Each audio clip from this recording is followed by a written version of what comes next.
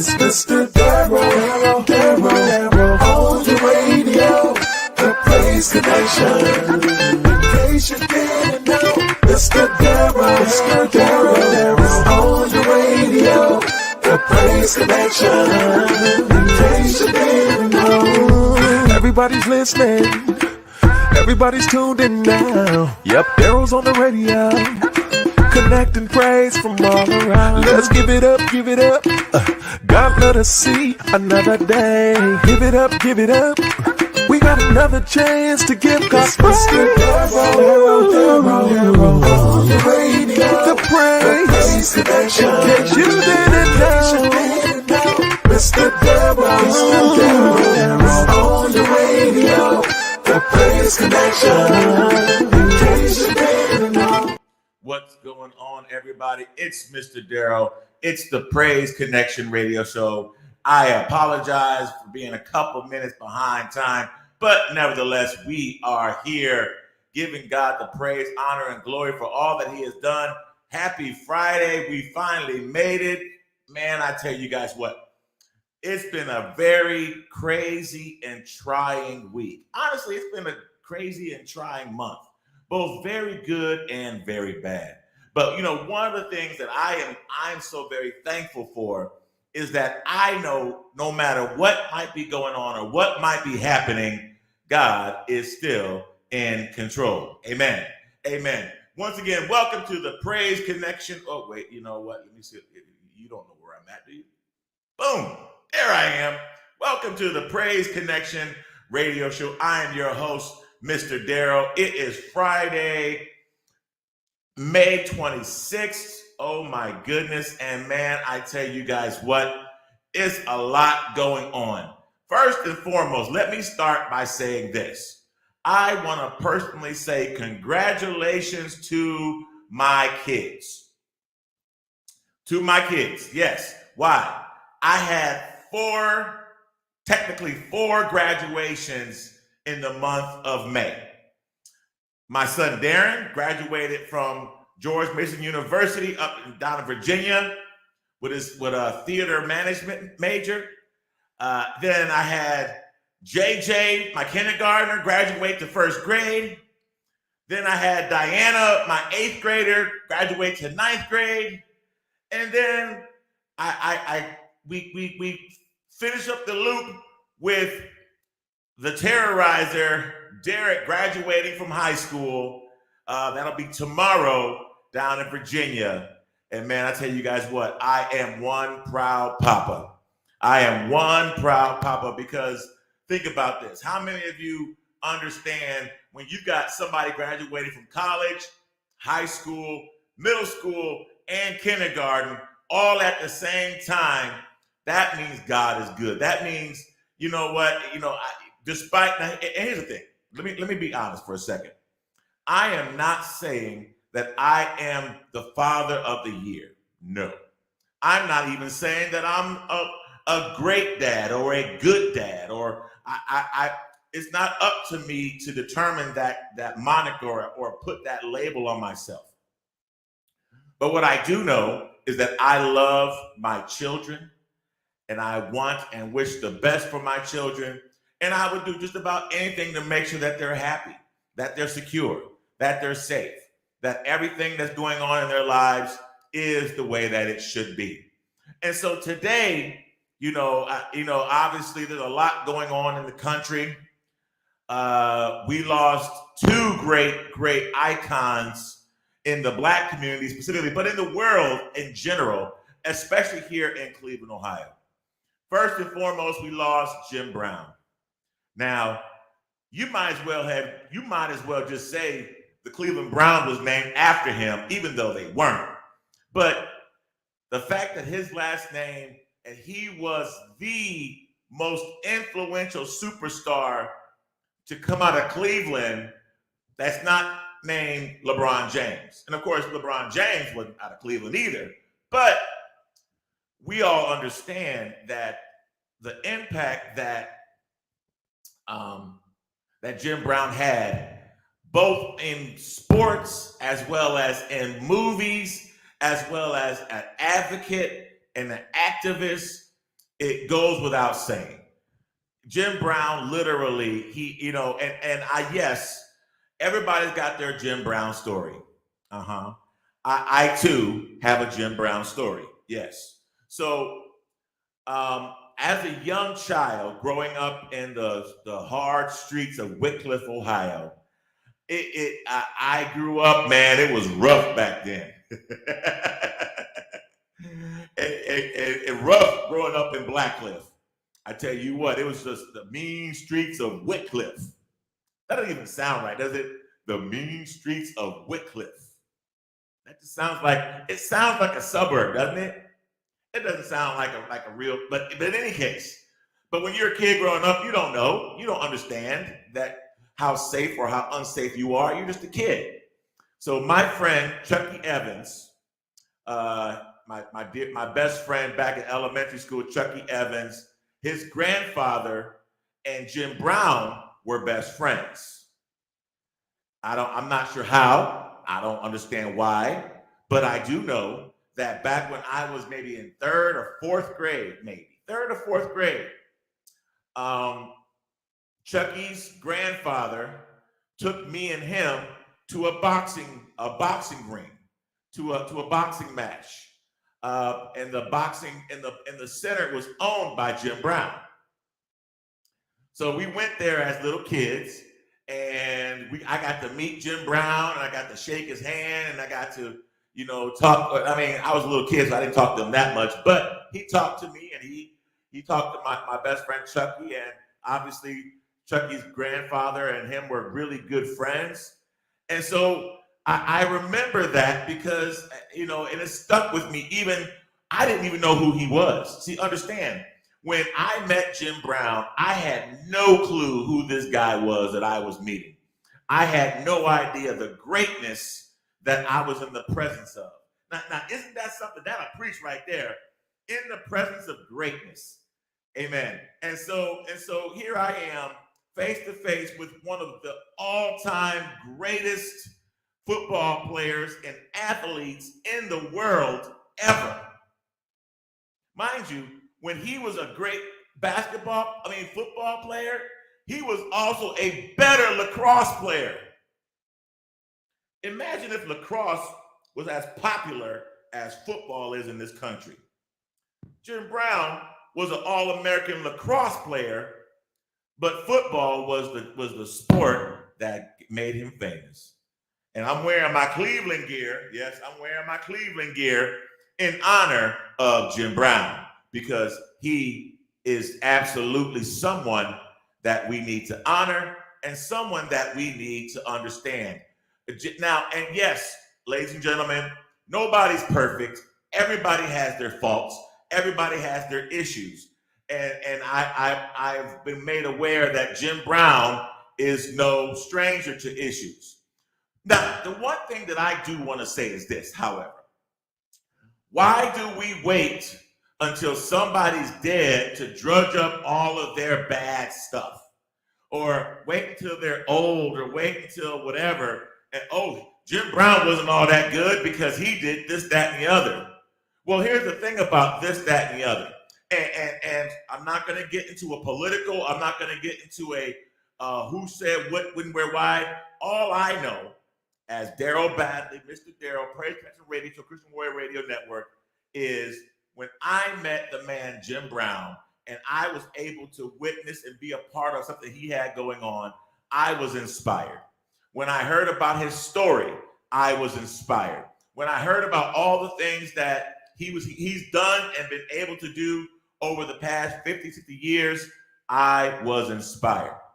And the fact that I'm a Cleveland Browns fan, and once I knew who he was, like, oh man, I met him. Oh man, I know who he is. Oh man, that guy's great. That guy's amazing. And then I saw him in the movies. Oh, hey, that's Jim Brown. And then I saw the highlights and all the other things all the other accomplishments and things that he's done over the years. And this is what I'll say. You know what? So there were allegations of things that he may or may not have done back in the past.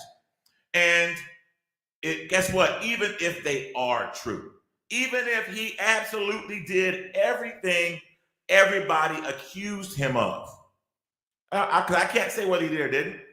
The fact is, there's no record. The fact is, they all went to court and they all got dismissed. Now, what I do know is it's really funny how a black superstar of his stature, and then he becomes an activist, and all of a sudden now all these women are coming out about, oh, he did this and oh, he did that. And again, I'm not saying that it didn't happen. I'm not saying that it's not true. I'm just saying that it's really convenient that all of a sudden, all of these people are coming out, and it was all of a sudden because some of the stuff that happened back then. So, and again, I'm saying this. I'm neutral. If he did it, and it comes out that he did it, and it doesn't matter now because he's dead. But still, what I'm saying is, as a black man in the United States, it is really hard. It's really hard to believe when all of a sudden all this dirt comes out about another black man. We've already got a bad shape. We've already got a bad outlook. We're already way down on the totem pole when it comes to anything that anybody's doing. So what we have to do is, look, innocent until proven guilty should be what we go. But we all know, as a black man, you're guilty until overwhelmingly proven innocent. And even then, it still might not matter. We've had so many. I mean, think about this. Just heard on the news the other day, a little boy in Mississippi, 11-year-old boy in Mississippi was shot by the police, and he's the one that called the police. Like, what? The little boy called the police, and because I guess one of his mother's baby daddies was causing some problems, and mom told him to call the police to get the dude out the way. Now, the fact that the policeman came, guns drawn, like, sir, it's a domestic dispute. If there's no weapons, there's nothing going on, why would you come with guns drawn and then for you to shoot somebody? And what if you killed that little boy? What if you killed the 11-year-old boy who called you? He called you to come help his mother, and you shoot him. It's crazy. Absolutely crazy. And yes, I'll go on this gun violence situation. I do believe, and yes, I understand officers are trained to a certain degree, to a certain level. But I do believe in this country, there needs to be great reform. There needs to be a reckoning, if you will. There needs to be a really looking at how we do policing in this country. Nope, don't ban them. Nope, don't dismiss them. We still need them. They have a very important role in society, regardless of what people might think of them. And yes, I will say I am a victim. I'll say that. I am a victim of police brutality. I am a victim of being a big black man in a police situation where they feel threatened because I'm a big black man with a big booming voice and I scare people. I do. I scare people. I'm sorry. I didn't mean to scare people, but that's just unfortunately how it works. And as a big black man that scares people, I have to help people understand that just because I have a big booming voice and just because I have sorry about that. I had to turn me up a little bit in the mic. Turn the mic up just a little bit. There we go. And just because I have a big booming voice and I'm a big presence and I'm, 6 foot, 350, 400 pounds, just that doesn't mean that's my nature. That doesn't mean that's my character. That doesn't mean that's who I am. Those are physical attributes, literally, just physical attributes. Because some of I'll say it like this. It's really funny. Some of the world's most notorious villains or bad guys or evil people were small, little, minuscule people. They were. Napoleon, Hitler, you name them. They weren't big and nefarious. They were small and crafty. But unfortunately, in this day and age, especially in today's society in the United States, they take somebody like myself, who's big and demonstrative and not afraid to be who I am, and they take it as a threat. They take it as a threat because they don't understand who I really am and what I'm really about. I am literally the biggest teddy bear in the world. I am. I would never harm a fly unless provoked or unless it was needed for the safety of my family or my own personal safety. And even then, with my own personal safety, a lot of times my own personal safety will take a back seat to the needs and desires and wills of others, because that's one of the vows that I took when I joined the military back in '93. That's one of the things that I said I would do concerning my family and with my kids. I have 5 amazing children. No, I have 6 amazing children. See that? I'm getting old. It's crazy. I have 6 amazing children. Yes, I do. And I love all of them to the world and back. And I need y'all to know that. They are my heart. They are my life. But all of that being said, one of the things that I've really learned, and yes, if you just in case you haven't wondered, I'm kind of ranting today. I didn't play any music today just because I want to talk to you guys. I just want to talk. Just want to get it off my chest, what I've got, what's in my mind, what's in my head. And that's one of the things. Society, as a Black man, as an African American man, as a man who grew up with dark brown skin in the United States, I am very aware of how other people view and other people see me as a man. And it's really scary to think that at any given moment, any given day, I could be dead over nothing. Just because I'm a big Black man driving in the United States, I literally could die or be severely injured or be shot multiple times or be choked to death, all because I'm a big Black man. And it's not right, and it's not fair, but life is not fair. So yes, I have to make sure that I understand and know what I have to do. It's not right. It's not fair. It's not wholesome. It's not holistic. It doesn't make any sense. But yet and still, that is the day and age that we live in.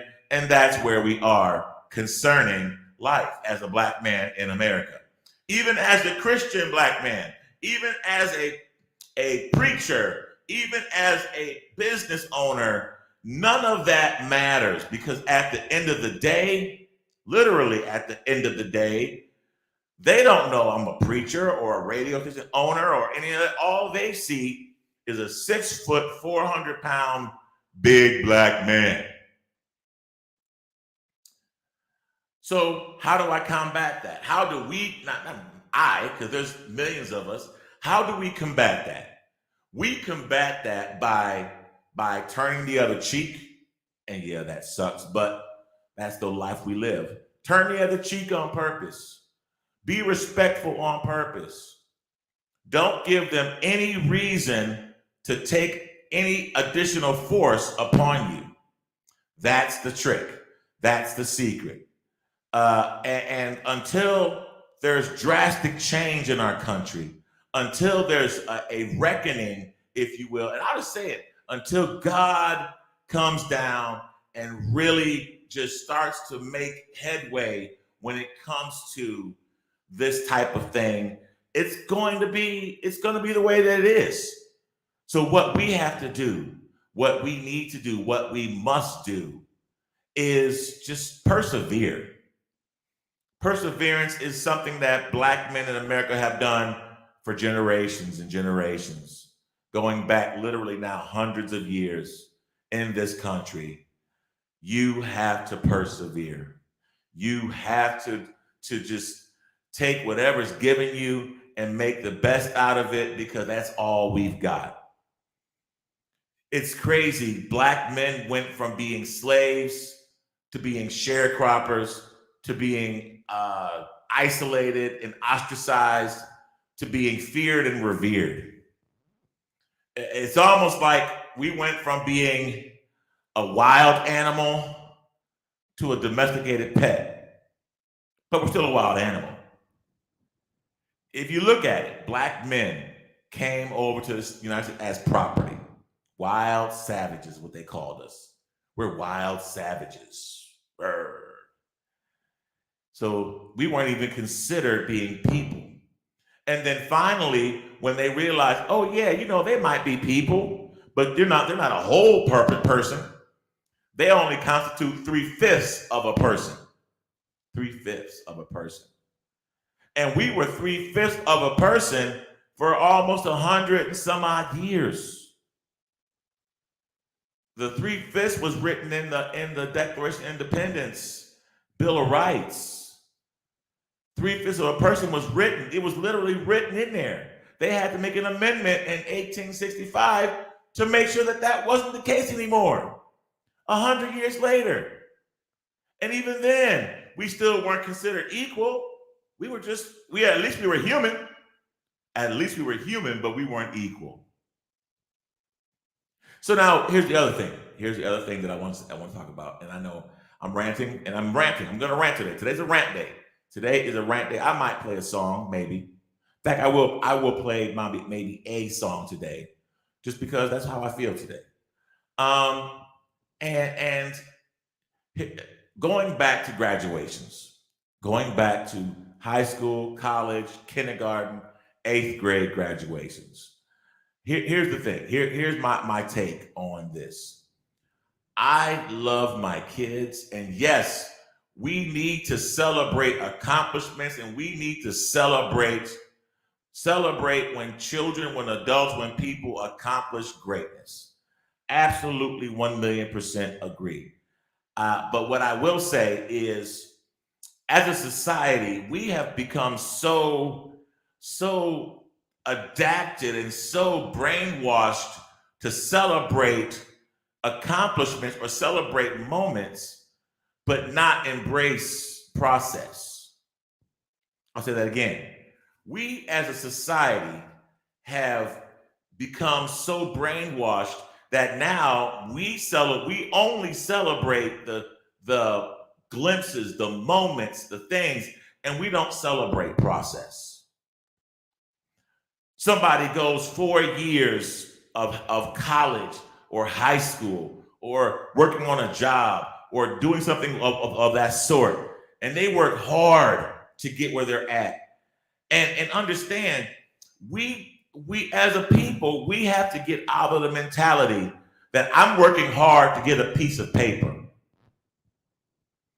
I'm working hard so that I can get a piece of paper that somebody else tells me that validates who I am or what I can do. That's what they are. Graduate, and understand, no, and again, I am so proud of my babies. They did that thing. They graduated and graduated and graduated and graduated. Like they all graduated, literally all but 2 of them graduated. And only because one's 1 and she can't graduate from anything, but the other one's 25 and he already graduated. So he's married now. So see how that goes? So he done graduated into marriage. So I'm a proud papa, but here's the thing that I've had to understand about myself. I graduated in 1993 from Wycliffe High School in Wycliffe, Ohio. I am a proud Blue Devils. Go Blue Devils. Yes. However, what does that do for me now? Here it is 30 years later. 30 years later, And shout out to class of 93. June 10th, we're going to be doing our thing, having our 30-year anniversary class reunion. Yeah, class anniversary. Yeah. And we're going to be having a great time. Yes, we're going to party like it's 1992. And I'm so very excited about that. But here's the thing. What did that graduation from high school or even from college at this point in my life, how does that affect me now? Does that piece of paper that I got from Robert Smith back at Wycliffe High School in June of 1993, how does that affect who I am as a man today? Honestly, it doesn't. It doesn't affect me. It doesn't impact me. I did it, yes. But guess what? Truth be told, I barely graduated. Like skin of my teeth graduated. But here's the thing. So people who graduated with, honor society and they got all A's and weighted and all that stuff, and that was great.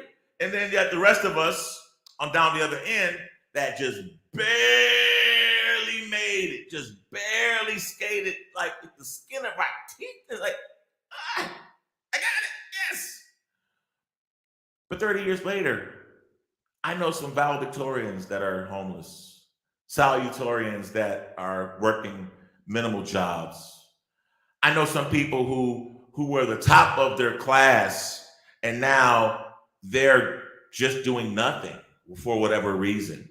But then you got people that barely made it and now they're millionaires and billionaires. You got people who barely were able to function, but now they are more successful than anybody else. Why? It's not because of their degree. It's not because they graduated. It's not because they got a piece of paper that says, I did this. It's because they decided to take the mentality and take the work ethic and take the processes. Ding, ding, ding. Take the processes they learned going through those educational halls, and they applied it to their everyday life. That's what I learned. I learned in the past 30 years of me being out of high school, and even in my attempting to go to college and graduate from college. So yes, I technically have not graduated from a college yet. I've been to a lot of them. I've been to Central Texas College. I've been to University of South Carolina. I've been to Virginia Commonwealth University. I've been to Virginia State University. I've been to Midland Technical College, and I've been to J. Sargent Reynolds Community College. I've been to a bunch of different schools. I've been to the School of Hard Knocks. I did CLEP tests in the military. I've got credits all over the place, but no degree. No degree. Nope. I even was able, while I was in school, to join a fraternity. Shout out to Phi Nu Alpha Symphonia. All hail Symphonia. Yes, my brothers of Phi Nu Alpha, I am one of you. We are one of us. We are musical men. And so I've had the experiences. I've had the experience of crossing a fraternity. I've had the experience of being on campus. I've had the experience, look, being real. I've had the experience of college campus flings, even though I was a whole married man. Yeah, that's a whole nother story for another day. Anyway,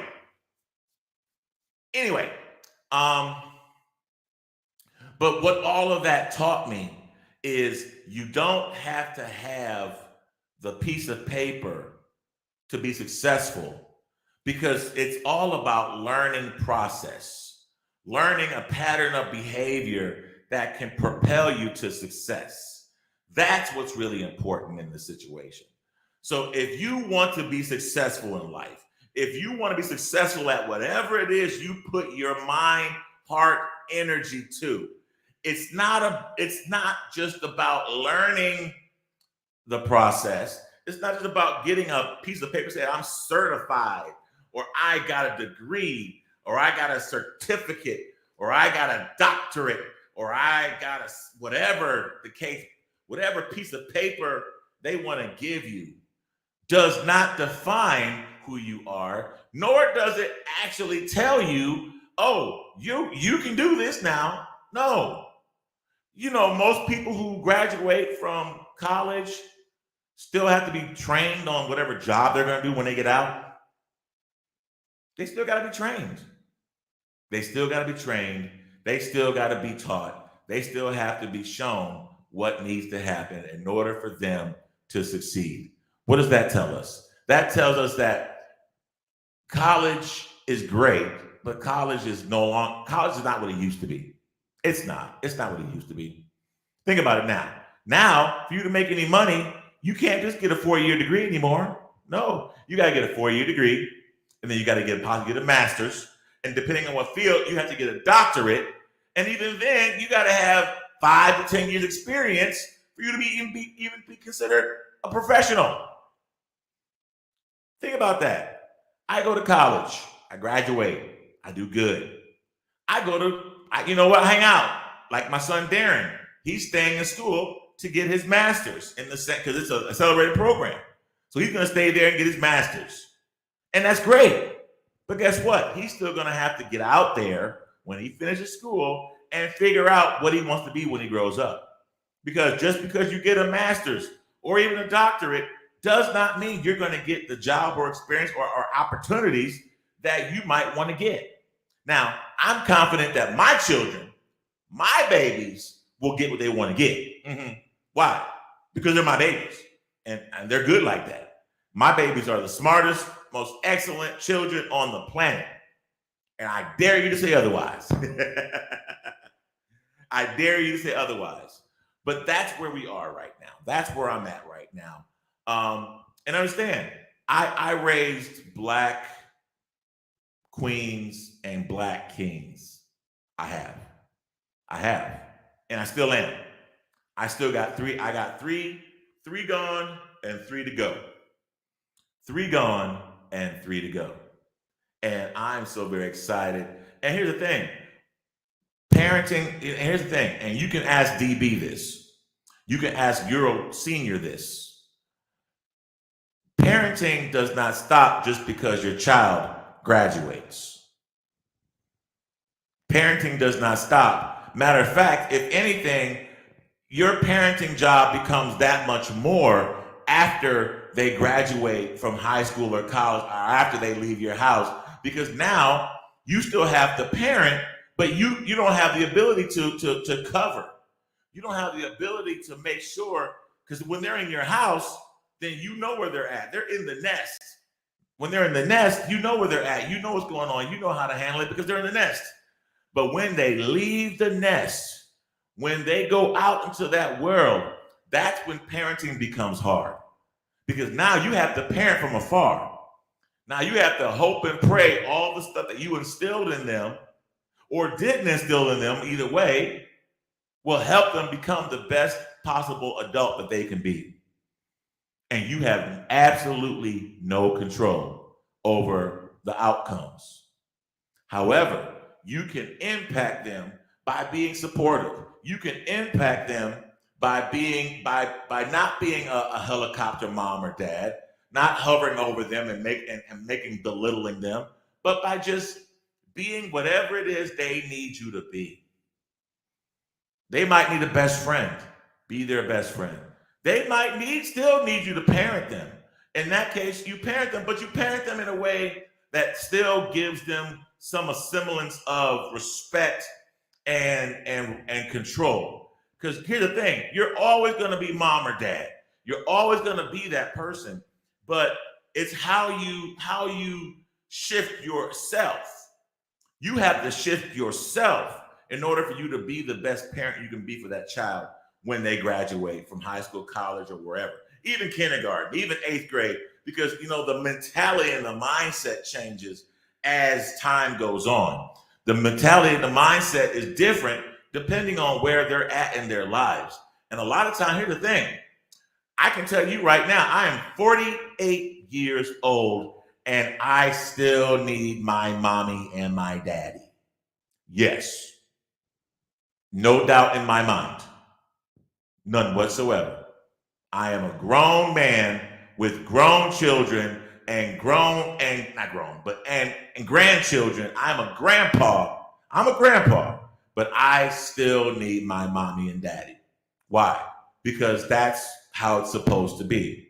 Now, when I say I need my mommy and daddy, I'm not, stuck at home by no means, but the love, the respect, the wisdom, the acknowledgement, you still need that. And you'll always need that. As long as you're a human being on this planet, you need the love and admiration and attention that your parents give you. I would drop the mic at that point, but it's expensive, so I'm not going to do that. But yes, you, sir, you, ma'am, you need your mommy and your daddy. You do. You really do. All right, guys. So I have jaw-jacked quite enough for right now. And I'm going to play some music. How about that? How does that sound? Yes, I'm going to play some music. Let's go all the way over to Maryland. No, actually, he's in Connecticut. It's Phil Thompson, Constant Mercies, here on the Praise Connection radio show.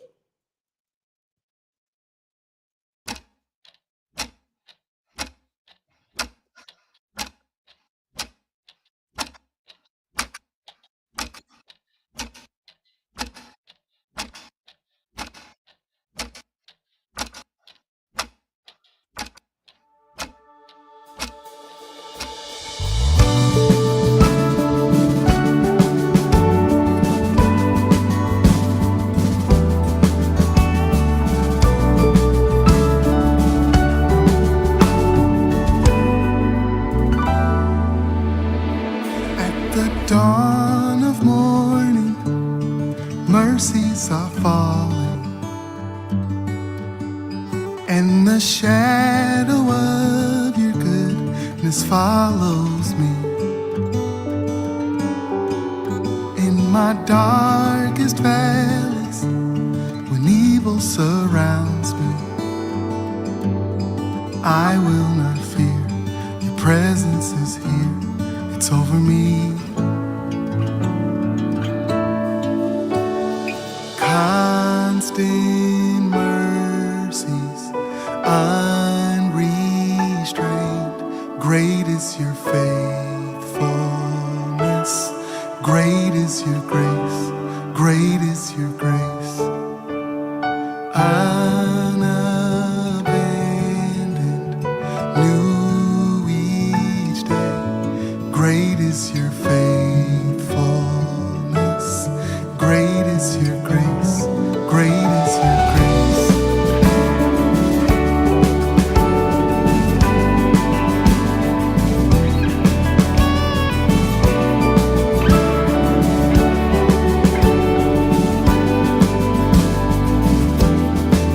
At the dawn of morning, Say mercies are falling mercies are falling. as your grace. Your grace and mercy rests upon my heart. When my heart is raised, My heart is racing, doubt doubt overtakes me. say I will not fear. I will not fear. Your presence is here over me. Say I will not fear. I will not fear. Say Your presence is here over me.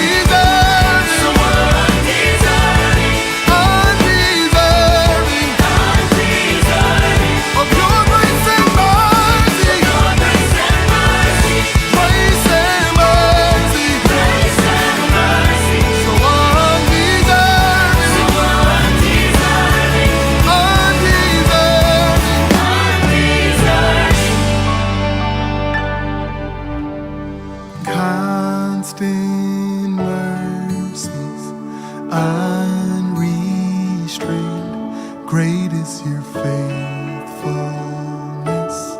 Great is your grace. Great is your grace. Come on, help me sing.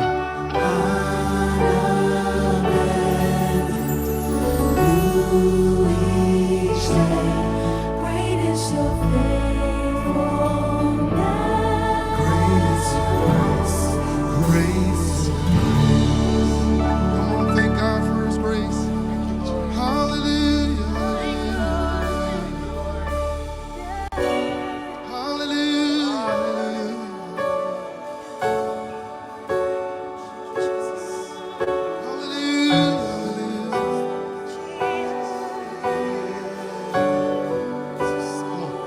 In the valley, You will comfort me you'll forever forever. my serenity. Serenity, Surely grace surely grace and mercy follow me. they will follow They me. will follow me. They will follow me Follow me. in the valley.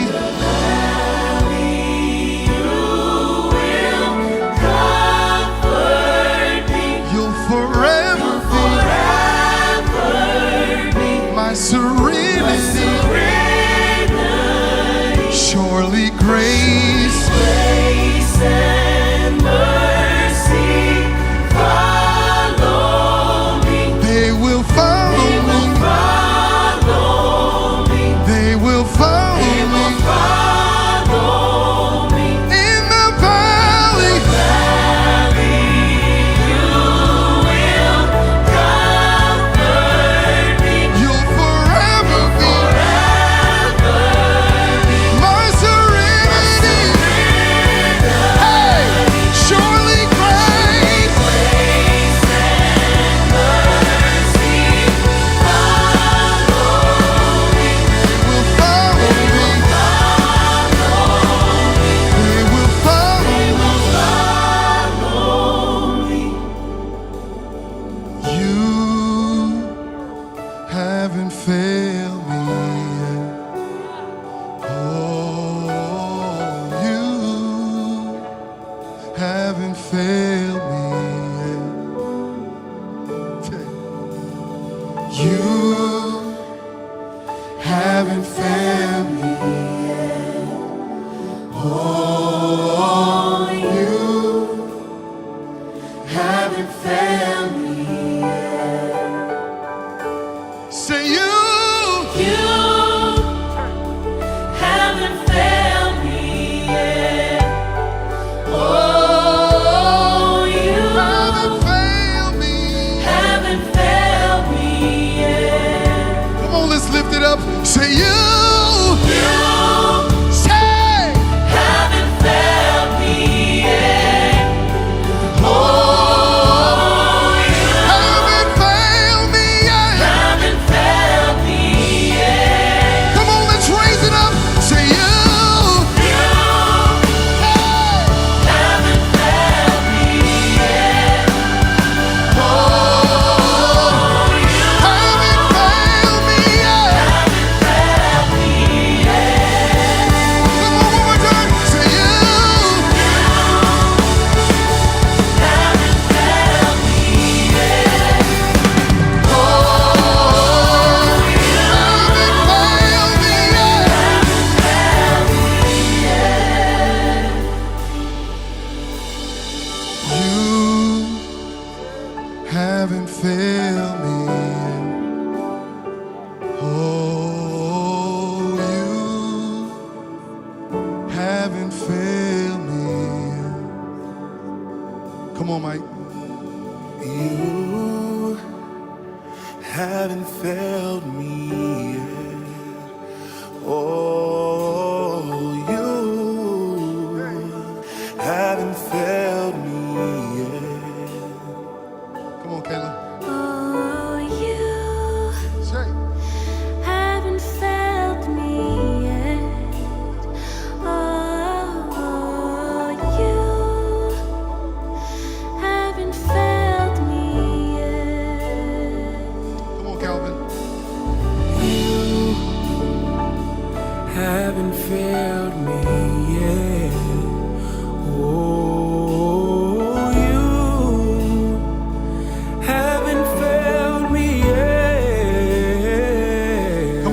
Tamar.